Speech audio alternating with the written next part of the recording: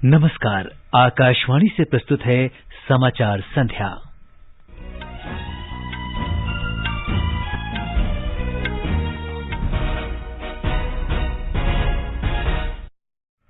प्रधानमंत्री नरेंद्र मोदी ने संभावित चक्रवात जवाद से प्रभावी ढंग से निपटने के लिए राज्यों और संबंधित एजेंसियों की तैयारियों की समीक्षा की। प्रधानमंत्री नरेंद्र मोदी कल फिनटेक के इन्फिनिटी फोरम का उद्घाटन करेंगे। लोकसभा में कोविड महामारी पर चर्चा, संसद में बांध सुरक्षा विधेयक 2019 पारित। हज कमेटी ऑफ इंडिया ने हज 2022 के लिए दिशा निर्देश जारी किए। राष्ट्रव्यापी टीकाकरण अभियान के अंतर्गत 125 करोड़ से अधिक कोविड रोधी टीके लगाए गए। स्वस्थ होने की दर 98.35%। कोविड के नए स्वरूप ओमिक्रॉन के 2 मरीज कर्नाटक में मिले। संक्रमण को रोकने के लिए मरीजों के संपर्क की पहचान की गई। रूस के राष्ट्रपति व्लादिमीर पुतिन 21वें भारत रूस वार्षिक शिखर सम्मेलन में शामिल होने के लिए 6 दिसंबर को दिल्ली आएंगे। भुवनेश्वर में विश्व कप जूनियर हॉकी के सेमीफाइनल में कल भारत का मुकाबला फ्रांस से और जर्मनी का सामना अर्जेंटीना से होगा। और भारत और न्यूजीलैंड के बीच दूसरा और अंतिम क्रिकेट टेस्ट मैच कल से मुंबई में।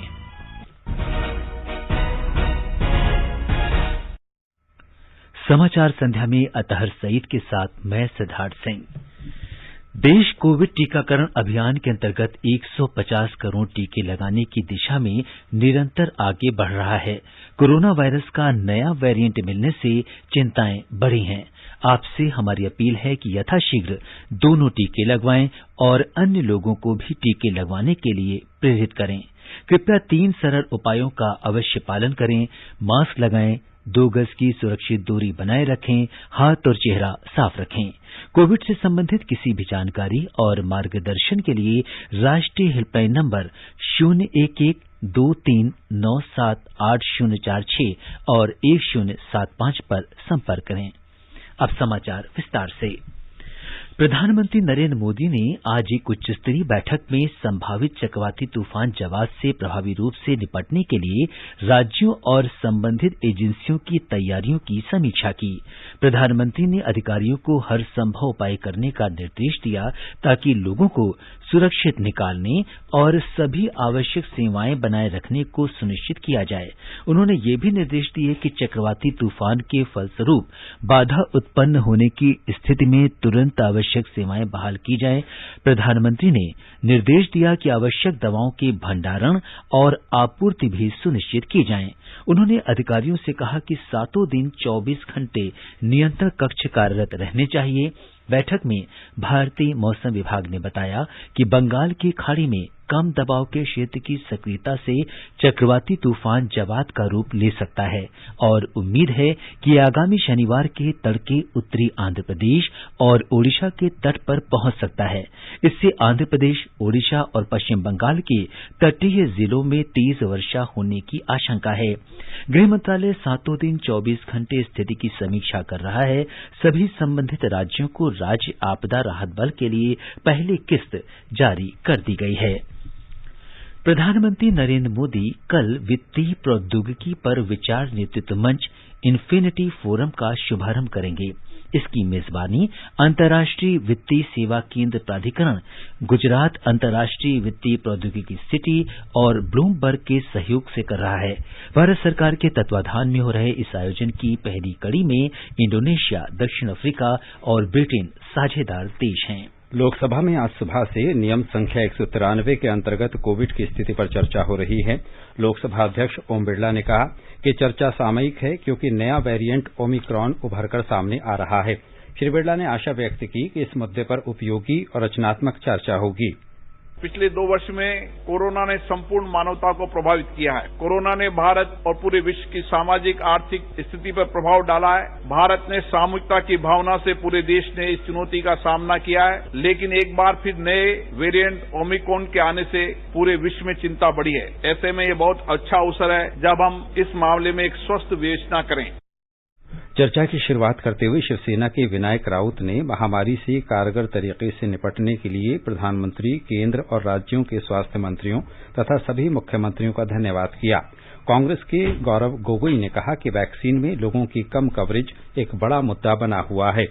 डीएमके पार्टी के डॉक्टर डीएनवी सेंथिल कुमार ने कहा कि अधिक जोखिम वाला ओमिक्रॉन वेरिएंट भारत के लिए भी चिंता का कारण है। वाईएसआर कांग्रेस की डोडेट्टी माधवी ने ओमिक्रॉन से प्रभावित खतरे वाले देशों से आने वाली अंतर्राष्ट्रीय उड़ानों पर प्रतिबंध लगाने की मांग की। देश ने कोविड रोधी टीकाकरण अभियान के तहत 125 करोड़ का आंकड़ा पार कर लिया है। स्वास्थ्य मंत्री मनसुख मांडविया ने कहा कि ये प्रत्येक देशवासी के लिए गर्व का क्षण है। उन्होंने कहा कि देश में जैसे जैसे हर घर दस्तक अभियान तेज हो रहा है, वैसे वैसे देश कोविड के खिलाफ लड़ाई में एक नए जोश और नई ऊर्जा के साथ आगे बढ़ रहा है। नीति आयोग के सदस्य स्वास्थ्य डॉक्टर वीके पॉल ने कहा है कि 84% से अधिक वयस्क जनसंख्या को टीके की पहली खुराक दे दी गई है, जबकि 49% वयस्कों को दूसरी खुराक भी दी जा चुकी है। उन्होंने कहा कि सभी वयस्कों को दोनों खुराक देकर टीकाकरण के कार्य को पूरा करने की हमारी प्राथमिकता को देखते हुए टीकाकरण की सघन कवरेज की आवश्यकता है। वैक्सीन लगना हमारी बहुत बड़ी प्रोटेक्शन है सब वेरिएंट्स के लिए, तो उस तरफ जो हम आगे बढ़ रहे हैं उसमें और भी गति आए। जिसको नहीं फर्स्ट डोज मिली वो फर्स्ट ले, और जिसकी सेकंड डोज ड्यू है वो सेकंड डोज ले। इम्पोर्टेंट पार्ट जो ओमिक्रॉन के परिप्रेक्ष्य में आया है वो हमें इस तरफ लेके जाता है कि जिन टूल्स का इस्तेमाल करते हुए हमने इस पेंडेमिक की लड़ाई करी है, उन टूल्स को फिर हम पूरी तरह से इस्तेमाल करें, उसमें कोई भी कमी ना हो। स्वास्थ्य मंत्रालय ने कहा कि देश में कोविड के नए स्वरूप ओमिक्रॉन से संक्रमित 2 रोगियों का पिछले 24 घंटे में पता चला है। नई दिल्ली में स्वास्थ्य मंत्रालय के संयुक्त सचिव लव अग्रवाल ने कहा कि दोनों रोगी कर्नाटक में मिले हैं। उन्होंने कहा कि इन मरीजों के संपर्क में आए सभी लोगों की पहचान कर ली गई है और उनकी जांच की जा रही है।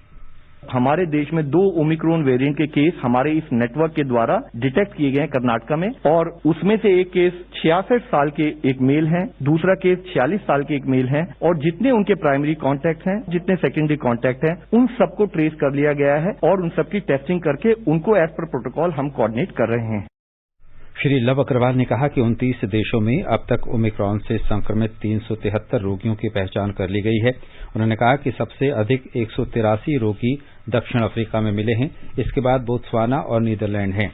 श्री अग्रवाल ने विश्व स्वास्थ्य संगठन द्वारा ओमिक्रॉन के तेज संक्रमण और घातक होने के बारे में कहा कि शुरुआती आंकड़े वायरस के नए स्वरूप के तेज संक्रमण को दर्शाते हैं, लेकिन तथ्यों पर आधारित और अध्ययन की जरूरत है। करीब 29 देशों में 373 केस इस ओमिक्रॉन वेरिएंट के अब तक नोट किए जा चुके हैं, और हमारे देश में इसकी ओवरऑल मॉनिटरिंग भी की जा रही है, जिसमें मुख्यतः सबसे अधिक केस साउथ अफ्रीका में है, उसके बाद अधिक केस बोत्सवाना में, नीदरलैंड में, यूनाइटेड किंगडम में, जर्मनी में, पोर्चुगल और घाना ऐसे देशों में नोट किए गए हैं। श्री अग्रवाल ने कहा कि केंद्र सरकार ने राज्यों और केंद्र शासित प्रदेशों से कोविड के नए स्वरूप से निपटने के लिए जांच में तेजी लाने, संपर्क में आए लोगों की पहचान करने और स्वास्थ्य ढांचे में सुधार करने का सुझाव दिया है।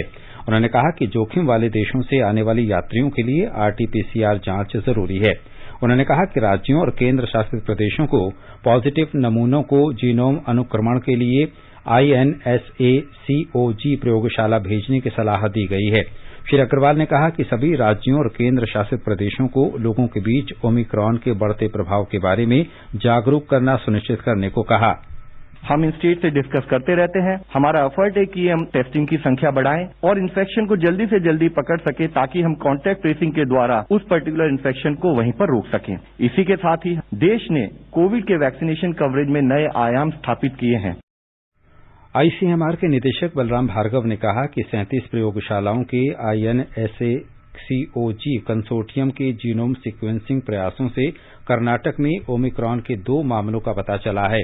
उन्होंने कहा कि दहशत की कोई जरूरत नहीं है, लेकिन जागरूकता अत्यंत आवश्यक है। बेंगलुरु में ओमिक्रॉन से संक्रमित 2 व्यक्तियों के संपर्क में आए लोगों की पहचान कर्नाटक में कर ली गई है। ओमिक्रॉन से संक्रमित दक्षिण अफ्रीका के नागरिक के संपर्क में आए 264 लोगों की पहचान कर ली गई है। इन सभी की जांच रिपोर्ट निगेटिव आई है। एक अन्य 46 वर्षीय संक्रमित रोगी का कोई यात्रा विवरण नहीं है। इसके संपर्क में 218 लोग आए थे। कोविड जांच के बाद इनमें से 5 लोग संक्रमित पाए गए हैं। नागरिक विमानन मंत्री ज्योतिरादित्य सिंधिया ने आज लोकसभा में बताया कि कोरोना का नया वेरिएंट ओमिक्रॉन निश्चित रूप से विमानन क्षेत्र के लिए बहुत बड़ी चुनौती है और कई देशों ने इसके अलग अलग मानदंड रखे हैं। श्री सिंधिया ने बताया कि भारत ने 11 देशों को जोखिम की श्रेणी में रखा है और वहां से आने वाले यात्रियों की पूरी जांच की जा रही है।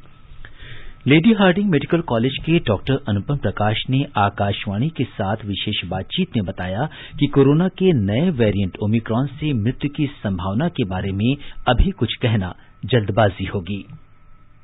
इसमें लोग भय इसलिए है क्योंकि इसमें बहुत सारी म्यूटेशंस हैं, लेकिन ये बताना लाजमी है कि वायरस में हर हफ्ते ही 10-15 म्यूटेशन होना लाजमी है। तो डर इसलिए है कि ओमाइक्रॉन में 30-40 म्यूटेशंस पाई गई हैं और उनमें से 25-26 म्यूटेशंस ऐसी हैं जो पहले नहीं देखी गई है। लेकिन फिर भी अभी इसके बारे में हमारी जानकारी बहुत सीमित है। अभी तक मोर्टेलिटी इससे हमें नहीं पता है। इन्फेक्शन के ज्यादा होने के चांसेस हैं, ट्रांसमिशन के ज्यादा चांसेस हैं, लेकिन मोर्टेलिटी के अभी कोई भी केस जो है हमें नहीं सामने आया है। तो ये अच्छी बात है। अभी आने वाले समय में हमें पता चलेगा कि इससे हमें नुकसान होने की संभावना क्या है। आकाशवाणी समाचार के फोन इन कार्यक्रम कोरोना जागरूकता श्रृंखला में आज अहमदाबाद की doctor Mona Desai corona virus से संबंधित प्रश्नों के उत्तर देने के लिए हमारे साथ होंगी। इस कार्यक्रम को FM गोल्ड चैनल और अतिरिक्त फ्रीक्वेंसी पर रात 9:30 बजे से सुना जा सकता है। श्रोता टोल फ्री नंबर 1800-11-5767 और टेलीफोन नंबर 011-2331-4444 पर विशेषज्ञ से प्रश्न पूछ सकते हैं। आप अपने प्रश्नों को #AskAIR द्वारा हमारे Twitter handle @AIR News Alert पर भी पोस्ट कर सकते हैं। संसद ने आज बांध सुरक्षा विधेयक 2019 पारित कर दिया।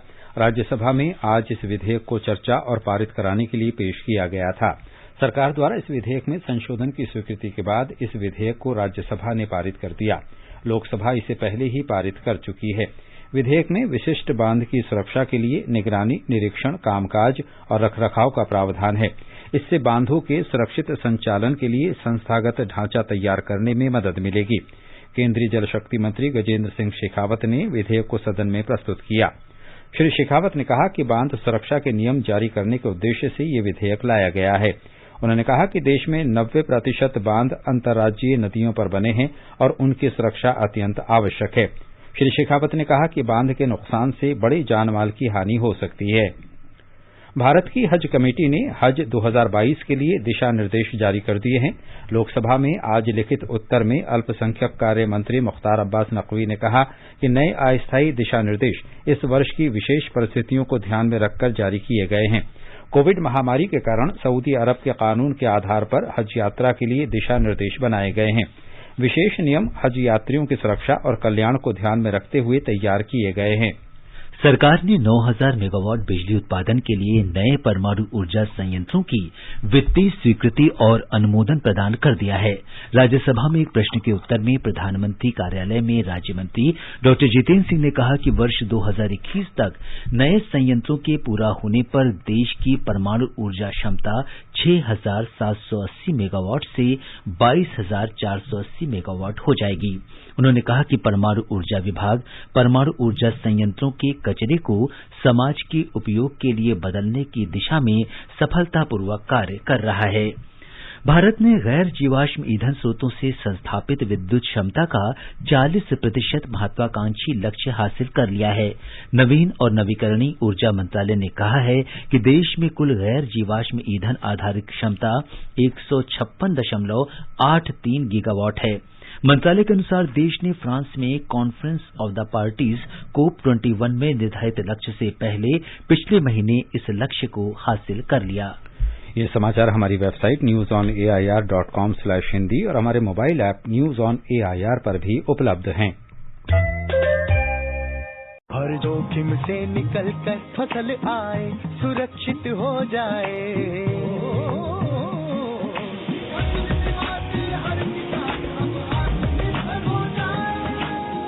संकट के समय प्रधानमंत्री फसल बीमा योजना किसानों के लिए वरदान है।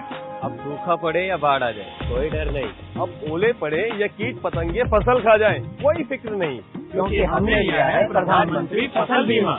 बुआई से फसल कटाई तक हर जोखिम का दावा, न्यूनतम प्रीमियम पर अधिकतम भुगतान का वादा। योजना से हर साल जुड़ रहे हैं 5 करोड़ से ज्यादा किसान। अब आपकी है बारी। नजदीकी कृषि कार्यालय, सहकारी समिति, बैंक शाखा, अधिकृत बीमा कंपनी या जन सेवा केंद्र में स्वेच्छा से करा सकते हैं पंजीकरण। फसल बीमा पोर्टल या फसल बीमा ऐप द्वारा भी कराया जा सकता है पंजीकरण। प्रधानमंत्री फसल बीमा योजना, आपकी फसलों का संपूर्ण सुरक्षा कवच। कृषि एवं किसान कल्याण मंत्रालय, भारत सरकार।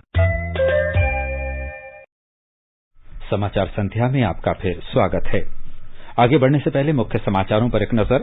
प्रधानमंत्री नरेंद्र मोदी ने संभावित चक्रवात जवाद से प्रभावी ढंग से निपटने के लिए राज्यों और संबंधित एजेंसियों की तैयारियों की समीक्षा की। प्रधानमंत्री नरेंद्र मोदी कल फिनटेक के इन्फिनिटी फोरम का उद्घाटन करेंगे।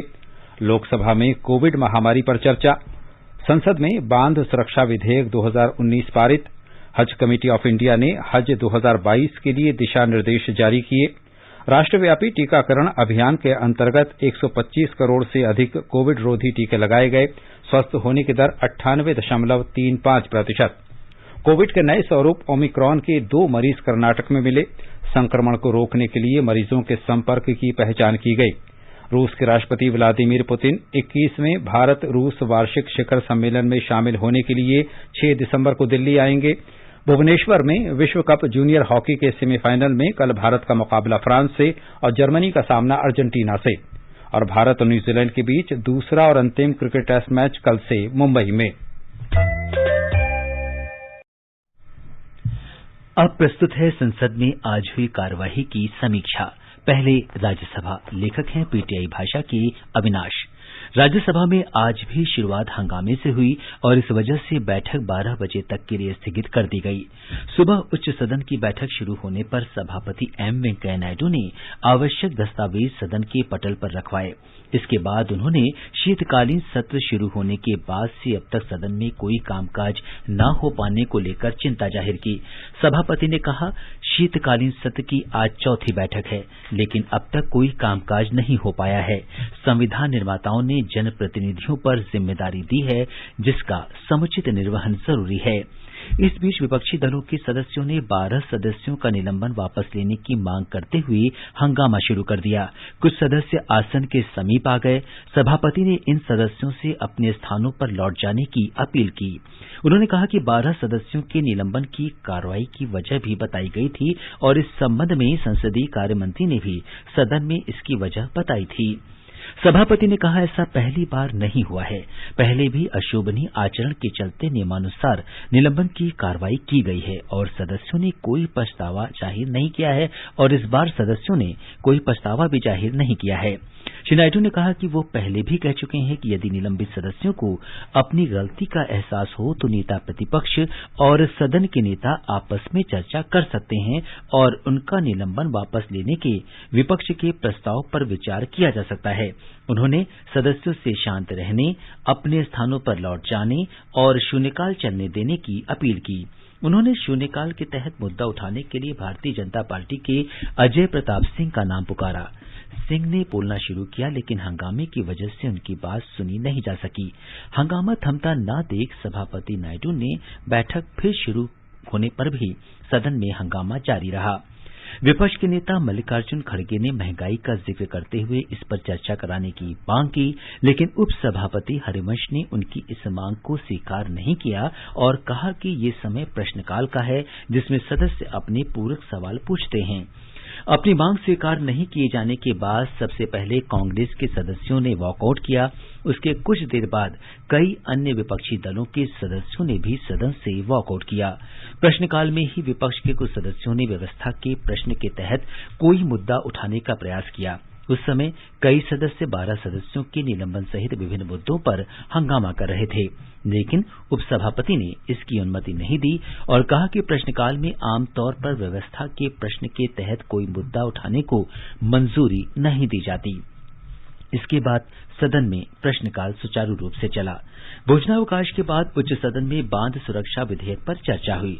इस विधेयक में बांधों की सुरक्षा सुनिश्चित करने के लिए संस्थागत तंत्र उपलब्ध कराने का भी प्रावधान है। चर्चा के दौरान कांग्रेस सहित कई विपक्षी दलों के सदस्यों ने विधेयक को राज्यों के अधिकारों में हस्तक्षेप करार देते हुए इसे प्रवर समिति के पास भेजे जाने की मांग की, लेकिन सदन ने विधेयक को प्रवर समिति में भेजे जाने के प्रस्ताव को मत विभाजन के बाद अस्वीकार कर दिया। इसके साथ ही सदन ने विपक्ष के संशोधनों को अस्वीकार कर दिया और सरकार द्वारा लाए गए संशोधनों को मंजूरी प्रदान कर दी। इसके बाद सदन ने विधेयक को ध्वनिमत से मंजूरी प्रदान की। लोकसभा इसे पहले ही मंजूरी दे चुकी है। विधेयक पर चर्चा का जवाब देते हुए जल शक्ति मंत्री गजेंद्र सिंह शेखावत ने कहा कि बांध सुरक्षा का ये विधेयक पवित्र भाव से लाया गया है और ये राज्यों के अधिकारों, पानी और बिजली के साथ ही बांधों के मालिकाना हक पर प्रश्न चिन्ह खड़ा नहीं करता। शेखावत ने विपक्षी दलों के उन आरोपों को खारिज किया कि केंद्र को जल से जुड़े विषय पर कानून बनाने का अधिकार नहीं है। उन्होंने कहा कि संसद को देश के लोगों की सुरक्षा के विषय पर कानून बनाने का अधिकार है। विधेयक को राज्यों के अधिकारों में अतिक्रमण के विपक्ष के आरोपों को खारिज करते हुए उन्होंने कहा कि अधिकारों पर अतिक्रमण नरेंद्र मोदी सरकार की प्रथा नहीं है। कांग्रेस के शक्ति सिंह गोहिल ने कहा कि ये विधेयक संविधान और कानून विरुद्ध है, इसलिए इसे प्रवर समिति के पास भेजा जाना चाहिए। भाजपा के जे अल्फोंस ने कहा कि ये विधेयक पूरी तरह से संविधान के प्रावधानों के अनुसार है। तृणमूल कांग्रेस के नदीमुल हक ने कहा कि देश में कई ऐसे बांध हैं जो 100 साल से अधिक पुराने हैं। उन्होंने कहा कि इस विधेयक में कई विवादास्पद प्रावधान हैं क्योंकि वे राज्य सूची के विषय हैं। द्रविड़ मुनेत्र कड़गम सदस्य TKS एलन गोवन ने भी विधेयक को प्रवर समिति में भेजने की मांग करते हुए कहा कि इसे बनाने से पहले राज्य सरकारों से विचार विमर्श नहीं किया। अब सुनिए लोकसभा की कार्यवाही की समीक्षा। लेखक हैं स्वतंत्र पत्रकार कविता पंत। लोकसभा ने 3 दिन के व्यवधान के बाद आज विधायी कामकाज निपटाया। हालांकि सुबह सदन की कार्यवाही शुरू होते ही विपक्ष ने पिछले दिनों की तरह ही हंगामा और नारेबाजी जारी रखी। विपक्ष के शोर शराबे के बीच अध्यक्ष ओम बिरला ने शीतकालीन सत्र में आज पहली बार प्रश्नकाल पूरा कराया। तेलंगाना राष्ट्र समिति के सदस्यों ने किसानों के मुद्दों पर पिछले कुछ दिनों की तरह आज भी लोकसभा में आसन के निकट पहुंचकर नारेबाजी जारी रखी। प्रश्नकाल के दौरान सदस्यों ने आवास और शहरी कार्य, नागर विमानन मंत्रालय और सड़क परिवहन और राजमार्ग मंत्रालय से जुड़े प्रश्न पूछे। भाजपा सांसद दिलीप सैकिया ने सदन में शून्यकाल के दौरान असम के दारांग जिले में कोई रेलवे स्टेशन न होने का मुद्दा उठाया। उन्होंने कहा कि उनके संसदीय क्षेत्र के अंतर्गत आने वाले दारांग जिले को रेलवे मानचित्र पर जगह नहीं मिली है। उन्होंने कहा कि देश आजादी का अमृत महोत्सव मना रहा है, ऐसे में दारांग जिले को रेल मानचित्र पर लाने के लिए केंद्र सरकार तत्परता से पहल करे। नागर विमानन मंत्री ज्योतिरादित्य सिंधिया ने सदन में कोविड से जुड़े एक प्रश्न के जवाब में कहा कि सरकार ने 11 देशों को जोखिम वाली श्रेणी में रखा है। उन्होंने कहा कि जिन देशों को जोखिम वाली श्रेणी में रखा गया है उनमें ब्रिटेन को मिलाकर दक्षिण अफ्रीका, बोत्सवाना, ब्राजील, चीन, Mauritius, New Zealand, Zimbabwe, Singapore, Hong Kong और इजराइल शामिल हैं। सदन में कोविड महामारी और नए ओमिक्रॉन वेरिएंट के बारे में श्री सिंधिया ने कहा कि नया वेरिएंट सभी के लिए एक तरह की बाधा है। सरकार उड़ानों की संख्या धीरे धीरे बढ़ाने के लिए काम कर रही है। सदन में आज कोरोना वायरस के नए वेरिएंट ओमिक्रॉन पर नियम 193 के तहत चर्चा शुरू हुई।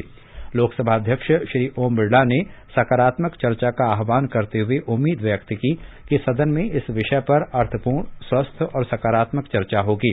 लोकसभा अध्यक्ष ने उन सांसदों की सराहना की जिन्होंने अपने अपने निर्वाचन क्षेत्रों में इस महामारी से निपटने के लिए नए नए प्रयोग किए।